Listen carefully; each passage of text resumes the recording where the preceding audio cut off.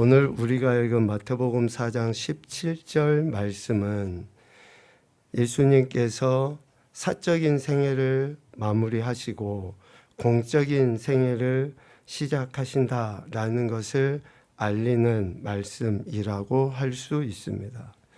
마태복음 1장 1절에 이야기하는 것처럼 아브라함과 다윗의 자손으로 이 땅에 오신 예수 그리스도, 즉 이스라엘 백성들이 그토록 기다리던 메시아로서 이 땅에 오셔서 사역을 시작하시면서 가장 먼저 하신 말씀이 회개하라, 천국이 가까이 왔다라고 하는 말씀이에요. 이 말씀을 통해서 우리는 예수님께서 무엇을 하기 위해 이 땅에 오셨는지를 알 수 있어요. 왜 예수님이 이 땅에 오셨는지, 그리고 이 말씀은 앞으로 예수님께서 하실 모든 말씀, 모든 명령을 이해하고 행할 수 있도록 하는 원동력이 되는 말씀입니다. 예수님이 하신 모든 명령과 말씀을 따라 행할 수 있는 원동력이 되는 말씀이 오늘 회개하라, 천국이 가까이 왔다라고 하는 말씀이에요. 여기에서 회개하라라고 하는 단어는 구약에도 여러 차례 나오고 신약에도 많이 나옵니다. 이 회개하라라는 단어의 구약과 신약의 의미는 돌이키라라는 거예요. 돌이키라. 전인격적인 태도로서의 그 돌이킴을 회개하라라는 말씀으로 이야기하고 있습니다. 그러니까 전제가 뭡니까? 마땅히 받아야 할 통치, 전인격적으로 순복하고 순종해야 될 대상에서부터 멀어져 있다라고 하는 것이 전제예요. 돌이키라라는 이 말의 의미 속에는, 회개하라는 말의 의미 속에는 바른 것에서부터, 옳은 것에서부터 벗어나 있다라고 하는 것이 전제되어 있다라는 것이죠. 우리가 주일날 호세아서의 말씀을 쭉 보잖아요.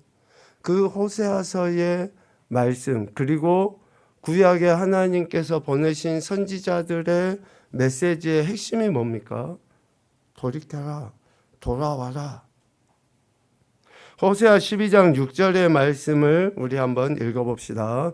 그런즉 너의 하나님께로 돌아와서 인애와 정의를 지키며 항상 너의 하나님을 바랄지니라. 아멘. 지금 호세아 선지자가 활동할 당시에 북이스라엘의 모습은 어떤 모습이에요? 인애도 없고 정의도 없어요. 하나님을 아는 지식도 없어요. 항상 하나님을 바라지도 않아요. 그러니 하나님께서 선지자를 통해서 하나님께로 돌아와라 라고 말씀하신 거예요.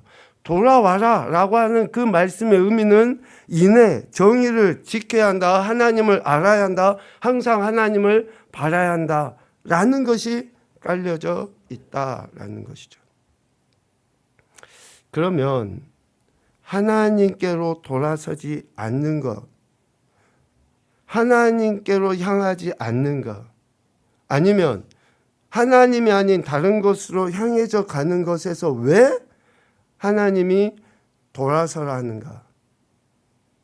왜 이거에서 돌이켜야 한다라고 그렇게 강조하고 있는가? 그 핵심의 이유는 하나님을 떠난 인생은, 즉 하나님의 원수인 자들은 반드시 멸망당할 수밖에 없기 때문에 하나님이 그들에게 돌이켜라, 돌아와라 라고 이야기하는 거예요. 에베소서 2장 1절 3절까지의 말씀에 사도 바울은 그 이야기를 해요. 왜 우리가 하나님께로 돌이켜야 하는지, 우리가 어떤 존재이고 어떤 인생이기에 돌이켜야 하는지를 말씀해 주고 있습니다. 같이 읽어보죠. 시작.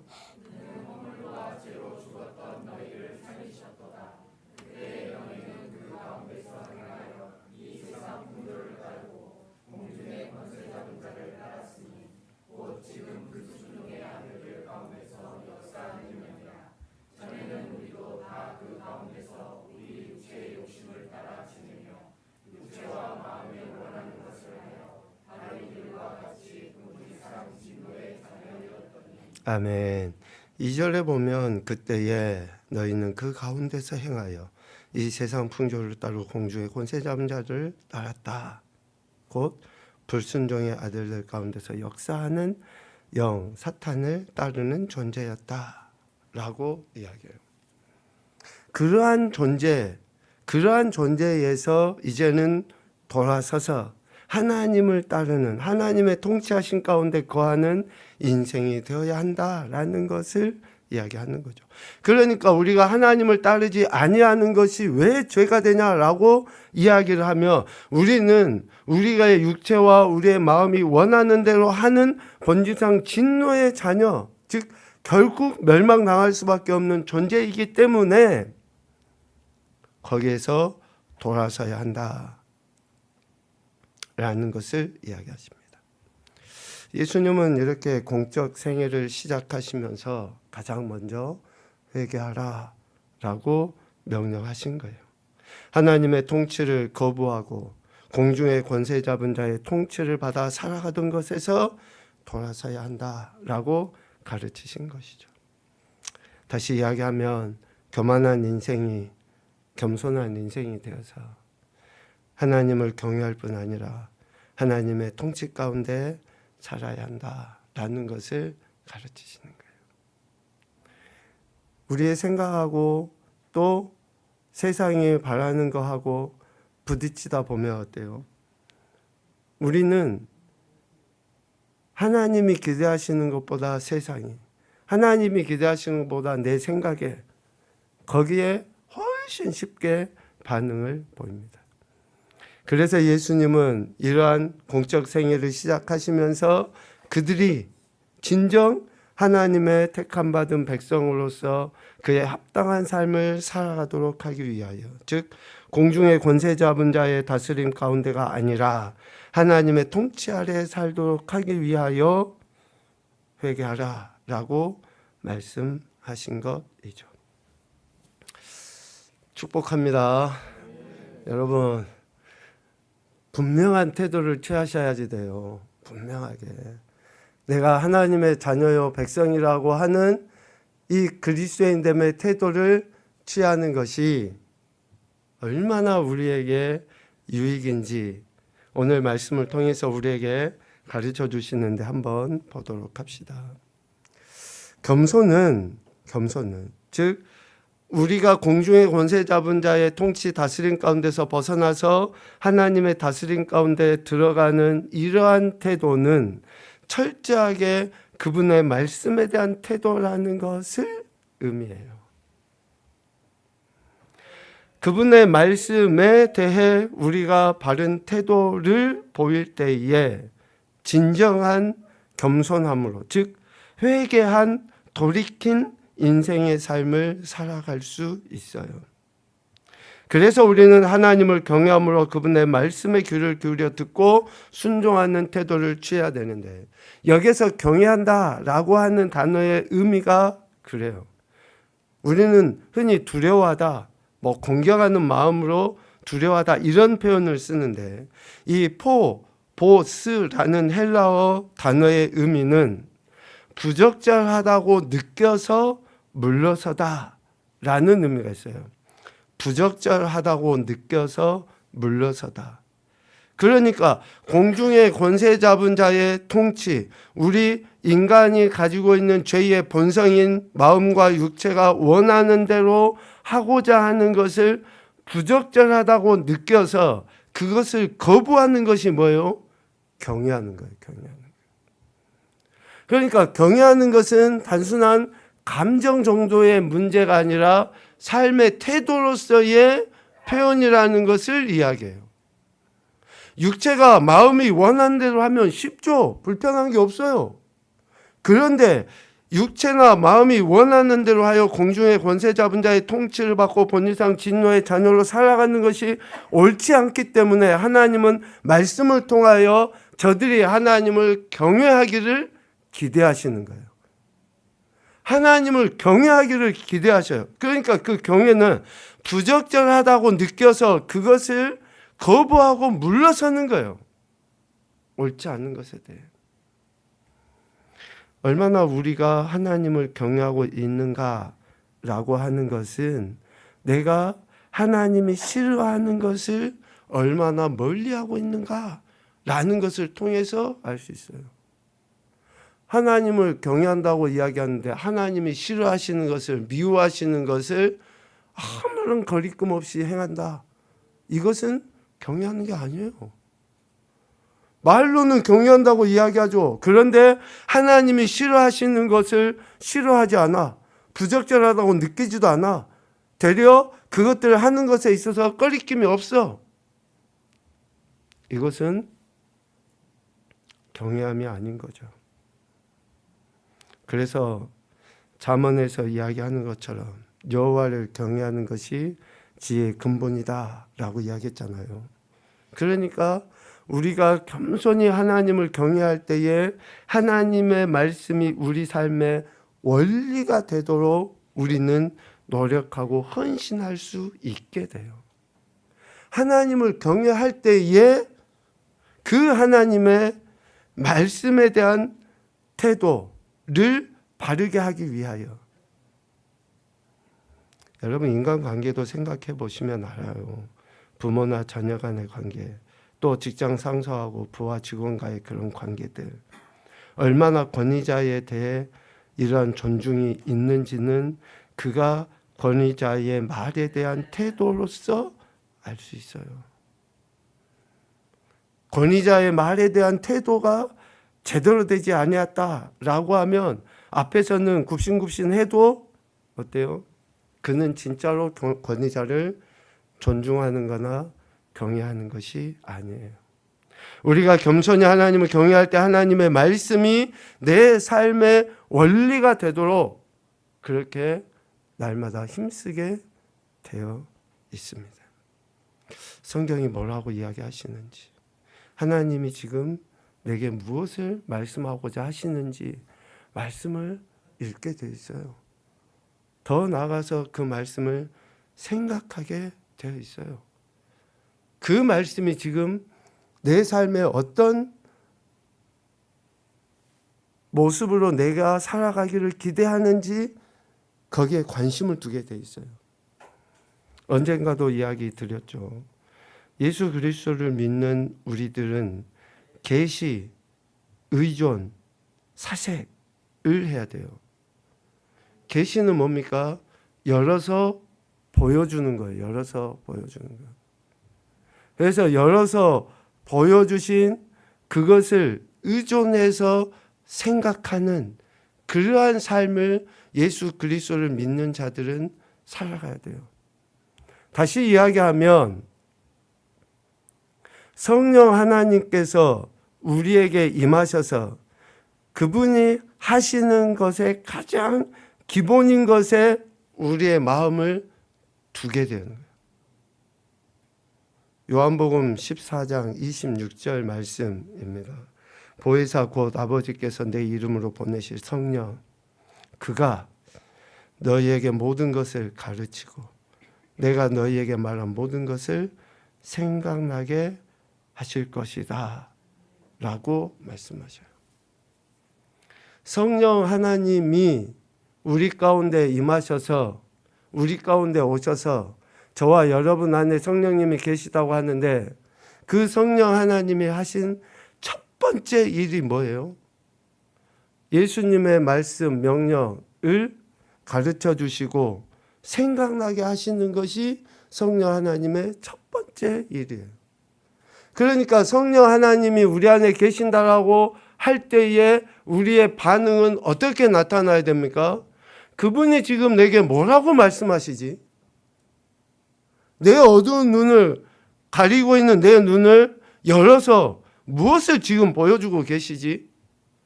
그게 궁금할 수밖에 없어요. 그게 성령의 사람에게 있어서 첫 번째는 하나님이 지금 내게 뭐라고 말씀하시는지,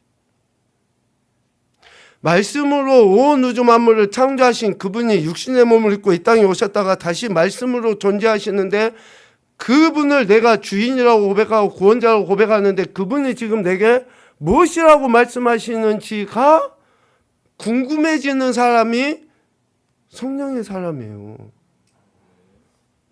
성령의 사람은 진정 하나님이 내게 뭐라고 말씀하시는지를 궁금해하고 그 말씀대로 어떻게 살아야 하는지 노력하고 헌신하는 사람이라는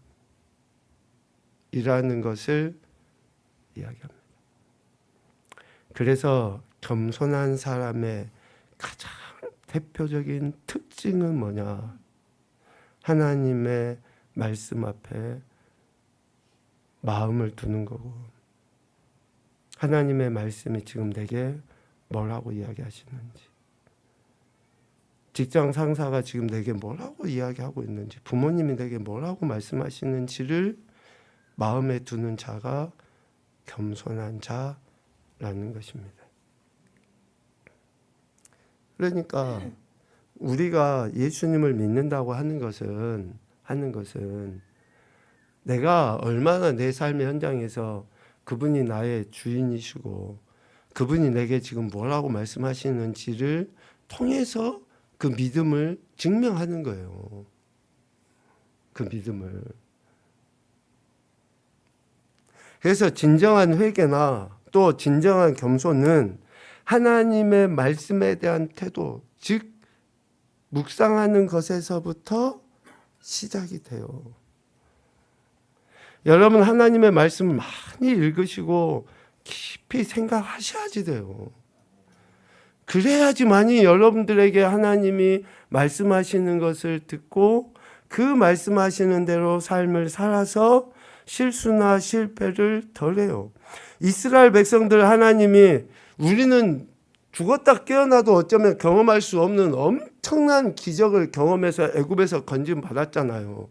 그런데 그들의 애굽에서 건짐받고 난 이후에는 완전히 그냥 16차선 대로가 아니었어요. 광야의 길이고 사막길이었고 먹을 것도 없고 마실 것도 없고 엄청나게 불평하고 힘들고 어려운 그런 여정들이었잖아요. 물론 그들의 불평과 오망 속에 있었지만 그 힘든 속에서 하나님은 계속 말씀으로 저들에게 먹을 것을, 말씀으로 저들에게 마실 것을, 그래서 저들이 그 불평과 원망의 상황 속에서 불평과 원망이 아니라 하나님의 말씀이 뭐라고 하시는지를 듣길 원하시는 거예요. 저들이 하나님의 말씀을 듣는지 안 듣는지 시험하려 하신다. 이런 이야기가 왜 계속 반복이 됩니까? 하나님의 택함받은 백성이 가장 먼저 보여야 될 태도는, 즉 겸손함은 뭘로 나타납니까? 그분의 말씀에 대한 태도로 드러나게 되어 있어요. 그러니까 여러분이 하나님의 말씀을 등한히 한다는 것은 정말 심각한 문제예요. 진짜 심각한 문제입니다. 말로는 내가 예수님 믿고 구원받았다고 이야기하지만 그 말씀을 중요하게 여기지 않는 것은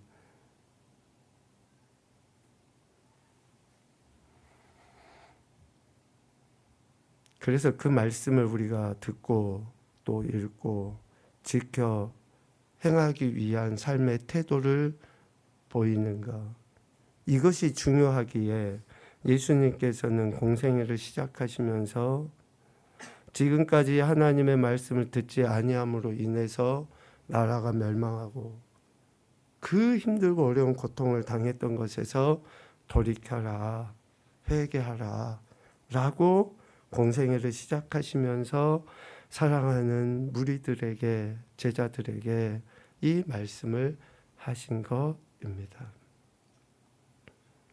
회개하라, 천국이 가까이 왔다. 이 말씀은 예수 그리스도 안에서만, 그리고 예수 그리스도에 의해서만 우리가 하나님께로 돌아갈 수 있다라는 것을 이야기합니다. 예수님의 공의를 의지하지 않는 것은, 예수 그리스도의 명령을 삶의 기준으로 삼지 않고 살아가는 것은, 예수 그리스도께서 우리 인생에게 대한 기대를 듣지 않는 것은, 즉 하나님의 통치를 거부하는 것은 결코 그분과 아무런 관계가 없다는 것을 이야기하기 때문에 그렇습니다. 하나님은 예수 그리스도 안에서 우리에게 오셨죠. 우리는 예수 그리스도 안에서 하나님께 나아가게 됩니다. 그래서 예수님의 말씀, 그분의 명령이 중요한 거예요. 천국이 가까이 왔다. 어떤 상황에서든지 변함없이 우리가 예수 그리스도의 명령을 삶에 적용함으로 그리스도를 경외하고 그분의 다스림 가운데 살아야 한다라는 것을 의미합니다. 정서적인 개념의 천국이 아니라 통치적 개념의 천국, 즉 어떤 상황에서도 그분의 다스림 가운데 살아가는 것, 이것이 오늘 우리 천국 백성이 보여야 될 태도다라는 것을 말씀합니다. 그래서 우리는 겸손, 즉 그분의 말씀에 대한 태도로서의 겸손을 나타내 보여야 되는데, 히브리어로 이야기하면 겸손을 두 가지의 단어로 표현을 해요. 하나는 아나라는 단어를 쓰는데, 이 아나라는 단어는 사람들에 대한 겸손의 태도를 이야기해요. 또 카나라는 단어를 쓰는데, 이 카나라는 단어는 하나님께 대한 겸손을 이야기합니다. 하나님께 무릎 꿇음, 항복함, 그러한 태도로서의 카나를 보여야 할 것에 대해서 이야기해요.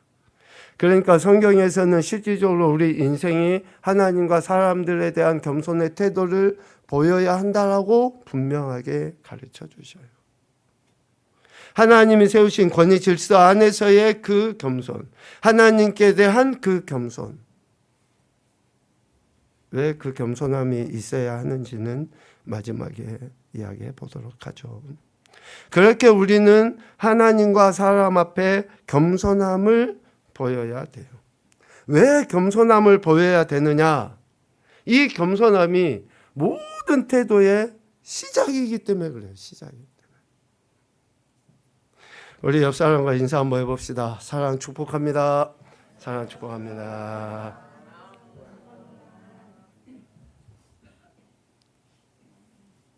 여러분 인사 잘하십시오. 인사 잘하세요. 나이가 어린 사람들은 어른들을 존중하고, 또 권위 아래 있는 자들은 권위자들에 대해서도 그렇고,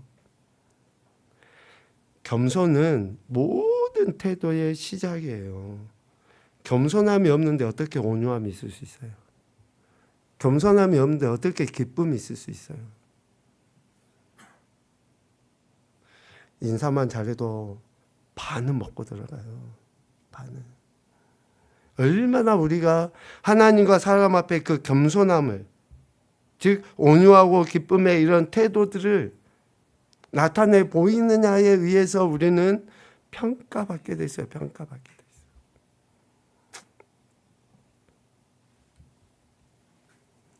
제게 능력이 엄청나게 많다고 쳐봅시다.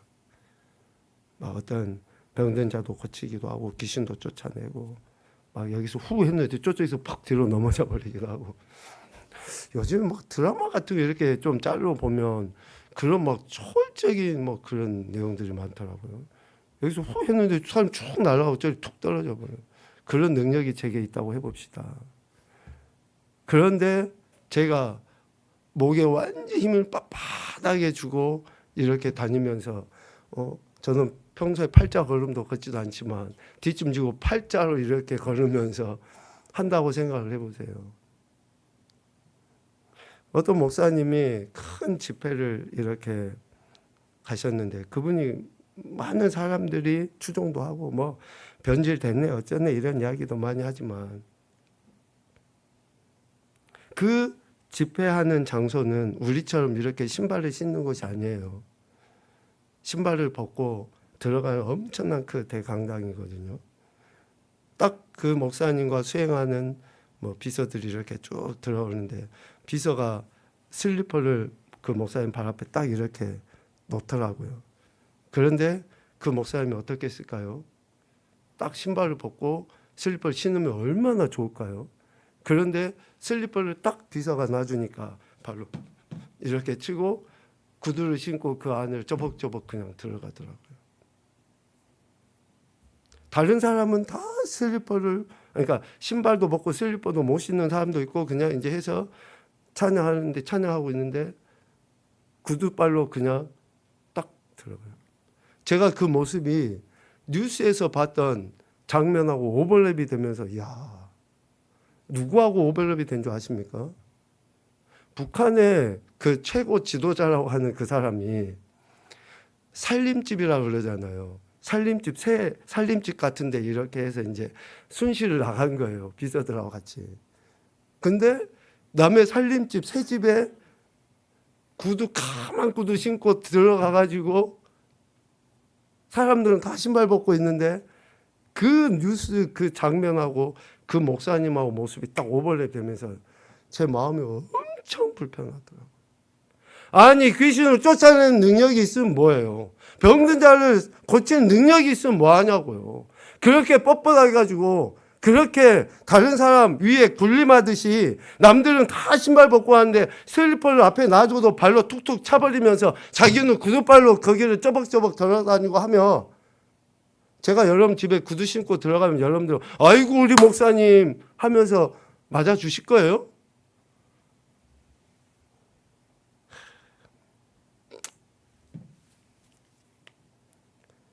하나님과 사람 앞에 겸손하지 않는 사람은 어떤 능력이 있어도 그건 힘을 발휘 못해요. 여러분 병 고침 낫기 위해서 기도하지 마세요. 겸손하기 위해서 기도하세요. 여러분 귀신 쫓아내기 위해서 기도하지 마시고 겸손하기 위해서 기도하세요. 부자 되기 위해서 기도하지 말고 겸손하게 되기 위해서 기도하세요. 그러면 겸손한 자에게 마지막 이야기가 재물과 영광과 생명을 누가 주십니까? 하나님이 겸손한 자에게 주시는 거예요. 겸손은 구하지도 않고 은사를 구하고 겸손은 구하지도 않고 명예를 구하고 겸손은 구하지도 않고 내가 이 땅에서 잘 먹고 잘 살기를 구하는데 그게 맞냐고요? 맞아요. 그게 맞습니까? 겸손하지 않는 자는 하나님이 물리치셔요. 지금은 은혜 주고 은사 주고 능력 주고 뭔가 준 것 같지만 나중에는 더 큰 심판이 있어요. 미안하지만 두렵고 떨림으로 하나님 말씀 앞에 서야죠. 우리가 하나님이 어떤 분이신지 우리가 머리로 알아서 뭐합니까? 내 삶의 현장에서 그 하나님에 대한 제대로 된 공경이 없는데 권위자들에 대한 제대로 된 공경이 없는데 어떻게 하나님이 그들이 예뻐서 복을 주실 수 있냐고요. 그래서 겸손은 모든 품성의 근본이에요. 근본. 반대로 교만은 모든 죄의 모든 것의 시작이에요. 하나님과 같이 되고자 하는 그 교만은 모든 죄의 시작이에요. 시작. 사람을 업신여기는 거만. 오늘 이 말씀을 전하고 있는 저부터서도 그러지만 정말 우리가 하나님과 사람 앞에 겸손하셔야지 돼요. 겸손하지 않으면 어떤 능력도 지금은 발휘하는 것 같아도 영향력이 없어요. 그런데 왜 겸손해야 되냐면 겸손하지 않으면 앞서도 이야기한 것처럼 공중의 권세 잡은 자에 의해서 하나님이 아닌 다른 것을 사랑하게 되기 때문에 그래요.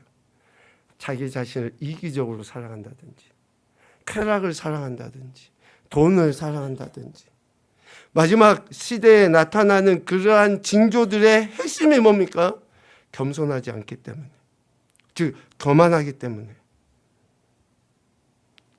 하나님을 사랑하지 아니함으로. 그래서 다시 이야기합니다. 우리가 하나님의 말씀을 듣지 않으면요 절대적으로 우리는 겸손해질 수가 없어요. 저도 그러죠. 약해 보니까, 아파 보니까 좀 겸손해진 게 아니라 마음이 열려져요. 마음이 열려진 거하고 겸손하고는 달라요. 내가 마음이 열려지니까 뭐만 봐도 조금 웅크하고, 또 다른 사람, 짠한 사람 보면 좀 그런 거, 그거는 겸손이 아니에요. 하나님의 말씀을 듣지 않으면 절대 겸손할 수가 없어요. 겸손한 척 할 뿐이지. 겸손한 척 하는 자를 주님은 물리치셔요. 왜? 겸손한 척 하는 것도 교만의 다른 표현이기 때문에 그래요. 교만의 다른 표현이기 때문에. 내가 얼마든지 저 사람 머리 꼭대기에 올라가서 내 마음대로 할 수 있다라고 하는 그러한 마음가짐이 그 안에 있기 때문에 겸손한 척만 하는 거예요. 그런 자들 주님이 결코 용납하시지 않습니다. 그러나 겸손한 자, 즉 회개한 자들에 대해서는 하나님이 분명하게 보상해 주셔요. 첫 번째 보상은 뭐냐면요, 우리가 주 예수 그리스도로 믿고 있는 그분을 닮아가게 돼요. 닮아가게 돼요. 겸손한 자는 예수 그리스도를 닮아가게 돼 있다고. 빌립보서 2장 6절부터 8절까지의 예수님, 즉 하나님의 본체셨던 그분이 십자가 죽임 당하시기까지 겸손해진 그 모습을 통해서 우리가 어때요? 그런 모습을 닮아가게 해요. 누군가가 나를 무시하고 멸시하고 해도 꾹꾹 참아지고, 참아지고, 또 그러다가 또 불순모 일이 드러나지만 또 다시 되돌아보고, 내가 뭔가 바르지 못해서 그런 거 아닌가. 또 다시 내 자신을 돌아보고. 그런데 또 다시 내 자신을 돌아보는 것은 그냥 단순히 감정이 아니에요. 꾸준히 말씀을 통해서 또 그렇구나. 또 하나님의 명령들을 통해서 또 내가 이랬구나 라고 그렇게 보이는 것이지.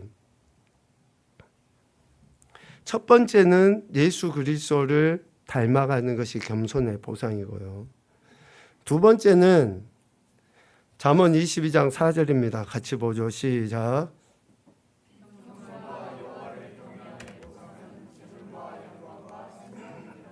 아멘.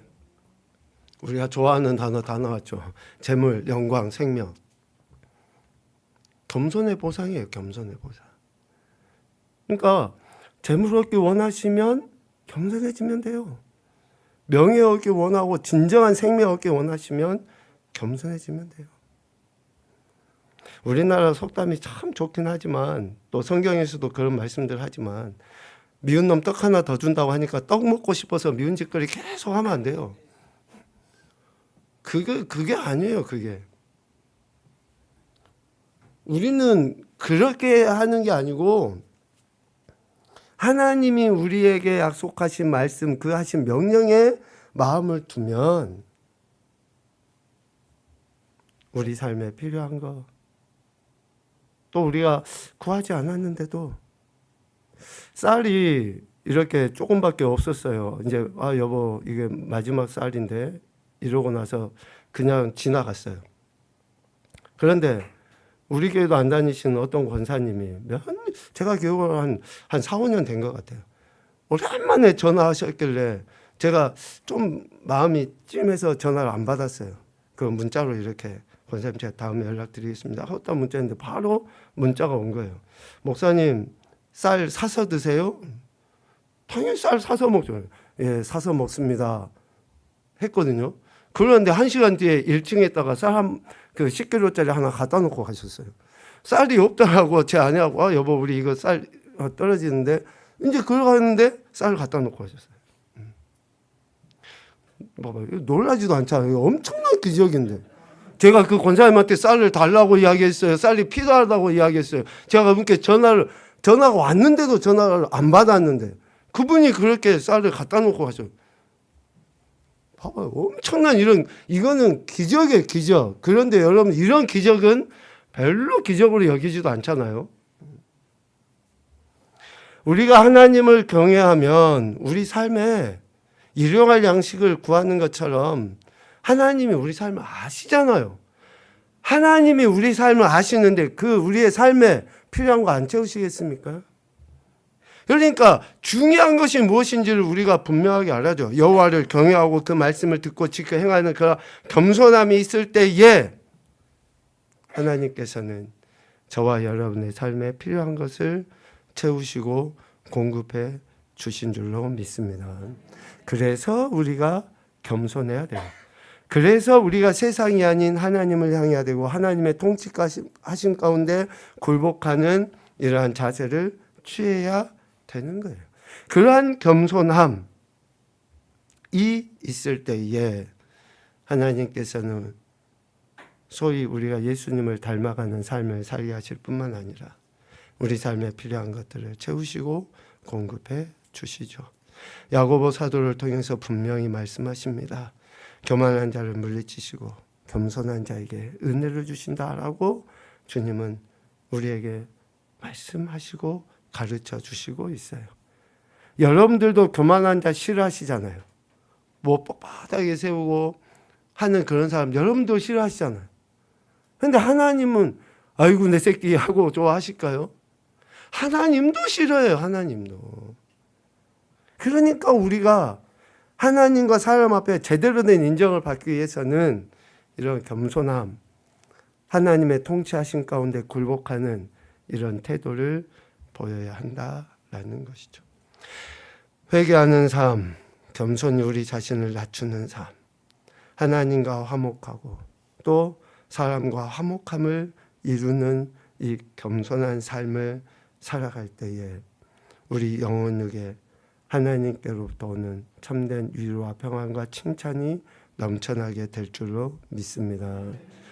8월 한 달 동안 아니요 우리가 주님 앞에 서는 그때까지 가장 먼저는 우리가 하나님 앞에 또 사람들 앞에 겸손함으로 나가야 한다라는 것을 꼭 기억하시고 이런 그리스도인의 삶을 살아서 하나님께 영광 올려드리시고 약속하신 복들을 받아 누리시는 귀한 인생들이 되시기를 주님의 이름으로 축복합니다. 아멘.